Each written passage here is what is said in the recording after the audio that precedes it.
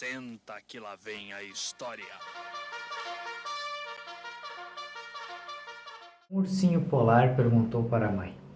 Meu pai também era um urso polar? Claro que seu pai era um urso polar. Mas Prosseguiu o pequeno urso depois de algum tempo. mamãe, só me diga, o meu avô também era um urso polar? Sim, ele também era um urso polar. O tempo passa e o ursinho continua a perguntar para a mãe. Mas e meu bisavô? Ele era um urso polar também? Sim, ele é. Mas por que você está perguntando isso? Porque estou congelando. Disseram-me que meu pai era um urso polar. Do mesmo modo, meu avô era um urso polar. E também o meu bisavô. Mas estou congelando. Como posso mudar isso? Se você está congelando, você está congelando.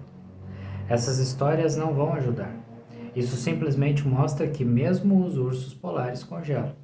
O homem deve olhar para a realidade e não se prender a tradições, não deve se deslocar para o passado.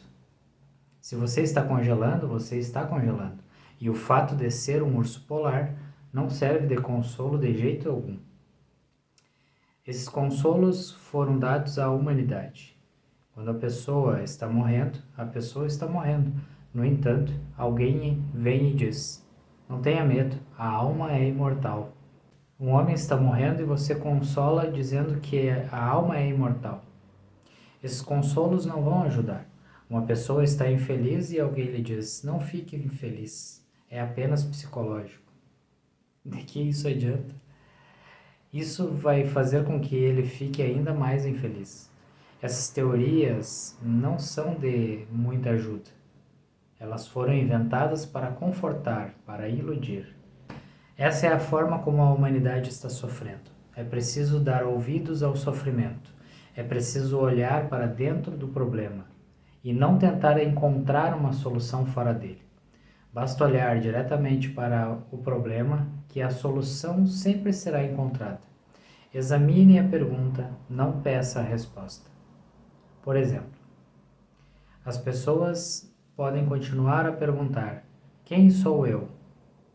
Podem ir até o cristão e ele vai dizer: vocês são filhos de Deus e Deus os ama muito. E elas vão ficar confusas, porque como Deus pode amá-las? Ou é só chegar até os hindus e perguntar e eles vão dizer: você é o próprio Deus, não o Filho de Deus, mas o próprio Deus. E ainda assim a pessoa tem a sua dor de cabeça e a sua enxaqueca e fica muito confusa com o fato de existir a possibilidade de Deus ter uma enxaqueca. E isso não resolve o problema. Aquele que quiser perguntar quem sou eu, não deve ir até alguém. Deve sentar-se em silêncio e fazer a pergunta no fundo de seu próprio ser. Deixe a pergunta reverberar, não verbalmente, existencialmente. Deixe a pergunta ficar lá como uma flecha que perfura o coração. Quem sou eu? E acompanhe a pergunta. E não tenha pressa de responder a isso, porque ao responder essa resposta, provavelmente terá vindo de outra pessoa, algum padre, político ou tradição. Não se deve responder a partir da própria memória, porque a memória é toda emprestada. A memória é como um computador, completamente sem vida. A sua memória não tem nada a ver com o saber. Ela foi alimentada. Portanto, quando alguém perguntar quem sou eu, e sua memória disser você é uma grande alma, você deve ficar alerta. Trata-se de uma armadilha. É preciso descartar todo o lixo, pois é tudo podridão. Basta continuar a perguntar: quem sou eu? Quem sou eu? Quem sou eu? E um dia vai ser possível perceber que a pergunta também desapareceu. Ficou apenas uma sede. Quem sou eu? Não realmente uma pergunta, mas uma sede, ou seja, todo o seu ser pulsando com a sede. Quem sou eu? E um dia a pessoa vai perceber que nem ela mesma está lá, há apenas a sede. E nesse estado intenso e apaixonado do seu ser, de repente, ele percebe que algo explodiu. De repente, ela fica cara a cara consigo mesma e não sabe quem ela é. Deve-se perguntar ao âmago mais profundo. Se a pessoa realmente quiser saber a resposta, deve buscar em seu interior. E é a partir dessa experiência interior que a mudança acontece. Você pergunta, como posso mudar isso? Você não pode mudar isso. Primeiro, é preciso encarar sua realidade. E é exatamente esse confronto que vai mudar você. Então, nesse contexto, eu até trago uma ideia para vocês. Essa questão de perguntar muito para si, né? Isso faz parte. É onde a gente encontra realmente as respostas, é na nossa essência. Tá? E dentro disso, eu tenho, né, uma mentoria que é Elevando o Ser de Luz, que é um trabalho de 3 meses, em que durante os 3 meses a gente vai aprendendo a testar o corpo, a avaliar, a questionar e ver o que o corpo responde, o que a tua essência vai respondendo.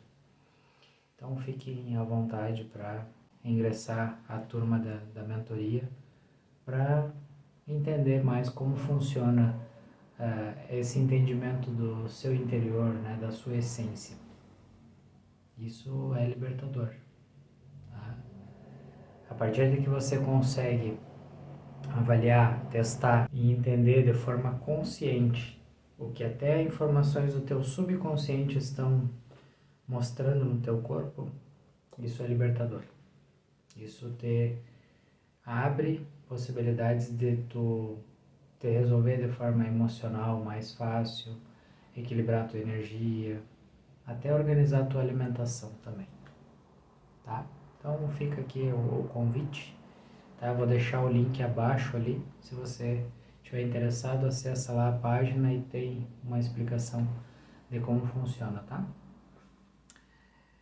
Vocês viram que eu comecei já, né, tocando o livro já, né? Não fiquei muito no aquecimento. Quando eu vi que o capítulo começava assim, né, o capítulo dos ideais começava assim, não pensei outra coisa a não ser no senta que lá vem a história. Então, dentro de toda essa reflexão, de tu entender que a resposta realmente está dentro de ti, não importa o que Buda diz, o que Jesus Cristo diz, o que algum amigo, algum parente vai dizer para ti. No final das contas, é só você que vai tomar a decisão, que vai saber qual é a melhor condução para uma situação. Está na tua essência. Se você chega a fazer a pergunta, se você chega a se questionar durante algum problema, se tu investigar bem, né, tu vai ver que a resposta já está lá. Então não adianta, há vários mentores, há várias pessoas dizendo, eu posso dizer outras tantas coisas para você, mas no final é você que vai pegar aquelas informações e vai escolher o que deve ser feito mesmo. Né? Por isso, a importância de tu entender o teu interior, a tua essência e se redescobrir até como ser, né? Como um ser de luz que você é. Mesmo que todo o conhecimento do mundo seja despejado na cabeça das pessoas, não vai adiantar. A menos que surja alguma experiência nas pessoas, alguma experiência de vida que transforme seu ser e elas voltem a ser jovens novamente, com vivacidade de novo, nada será de algum valor. Ou melhor, de valor algum. Foi o que aconteceu quando um grande místico sufi foi convidado pelo imperador a ir até a corte e orar por eles. O místico foi, mas recusou-se a orar. Ele disse: é impossível. Como posso orar por vocês? E então se justificou. Há algumas coisas que o homem tem que fazer por si mesmo. Por exemplo, se ele quer fazer amor com uma mulher, ele tem que fazer isso sozinho. Eu não posso fazer isso para ele em seu nome. Ou, se uma pessoa tem que assoar o nariz, ela tem que assoar sozinha. Não posso assoar o meu nariz por ele. Isso não vai ser de utilidade alguma. E, da mesma forma, acontece com a oração. Como posso orar por você? Você ora, eu posso orar por mim. E então, fechou os olhos e deu início a uma grande oração. É o que eu posso fazer.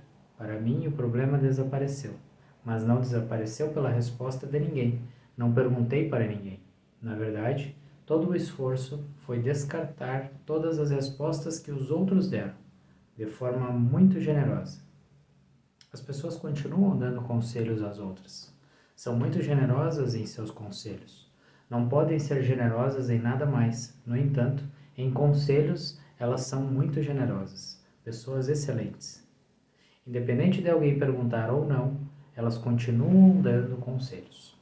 A jornada tem que ser de cada um. A pessoa está congelando? Eu sei. A pessoa está infeliz? Eu sei. A vida é dura? Eu sei. E não tenho nenhum consolo para nenhum dos casos. E aí não acredito em consolar as pessoas, porque todo consolo se torna uma prorrogação. A realidade não pode ser evitada. Teorizações não ajudam em nada. As pessoas devem esquecer as teorias e dar ouvidos ao fato em si. Está infeliz? Então a infelicidade tem que ser analisada. Está com raiva? Essa raiva tem que ser avaliada. Sente-se sexual? Então esqueça o que os outros dizem a respeito e faça uma análise por si mesmo. É a sua vida e você tem que vivê-la. Não peça emprestado. Nunca seja a segunda mão. Deus ama as pessoas que são de primeira mão. Ele nunca soube amar cópias. O homem tem que ser de primeira mão, ser original, ser único, ser individual, ser ele mesmo e analisar seus problemas. E é somente uma coisa que posso dizer às pessoas, que no problema está escondida a solução. O problema é apenas uma semente. Se a pessoa entrar fundo nela, a solução vai brotar a partir dela. Sua ignorância é a semente. Se entrar profundamente nela, o conhecimento vai florescer a partir dela. Na verdade, tudo é dado ao homem, tanto a pergunta quanto a resposta, tanto o problema quanto a solução, tanto a ignorância quanto o conhecimento. É preciso apenas que cada um olhe para dentro de si. Simples, né? Mas quantas vezes você parou e realmente olhou para dentro de si? E isso a gente vai dentro das práticas de fé, né? Não estou falando a parte de estar na missa, num centro, enfim, não. Estou falando da tua prática de fé, a tua prática contigo, com Deus, o universo, enfim, o que tu quiser colocar nesse status aí de superior. São nesses momentos que a gente tem uma conexão direta com a nossa essência, que a gente olha para as nossas questões. As respostas estão ali. O teu corpo vai dando sinais de onde estão essas respostas, né?